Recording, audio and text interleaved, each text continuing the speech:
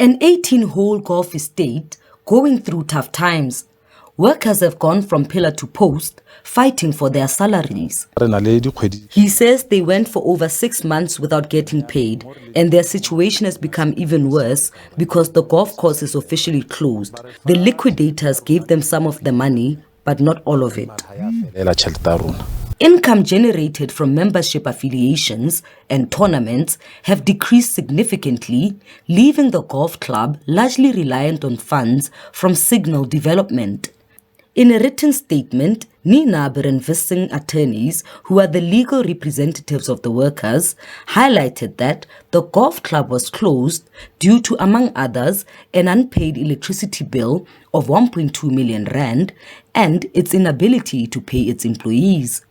The attorneys say a provisional order for the liquidation of signal development was granted after the provincial government filed notices to abide by the court's decision.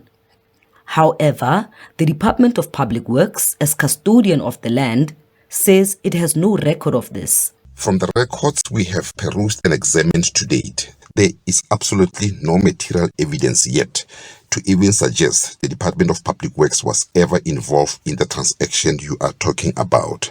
The Department of Public Works and Roads was and is not party to the sale of the properties in Leopard Park.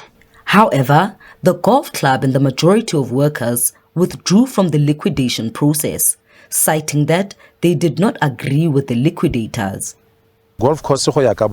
He says all they want is to benefit from the golf course.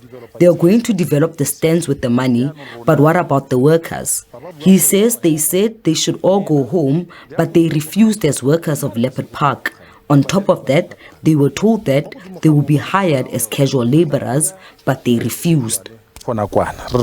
Furthermore, the NWDC says it will approach the courts to interdict the planned auction. These particular liquidators, whatever that they're trying to do with the auction, it's tantamount to illegality and thuggery, so it's not necessarily within the boundaries of the law and stuff like that. So what we are going to do, we are going to be launching an agent application to try and restrain and interdict this process not to go ahead on the 14th of July 2022. So we will be launching that application as soon as we are busy with the papers with the lawyers.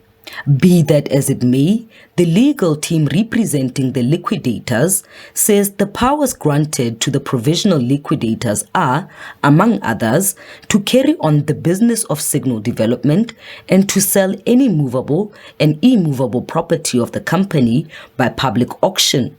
They say the upcoming public auction is transparent and being done in terms with all applicable legislation.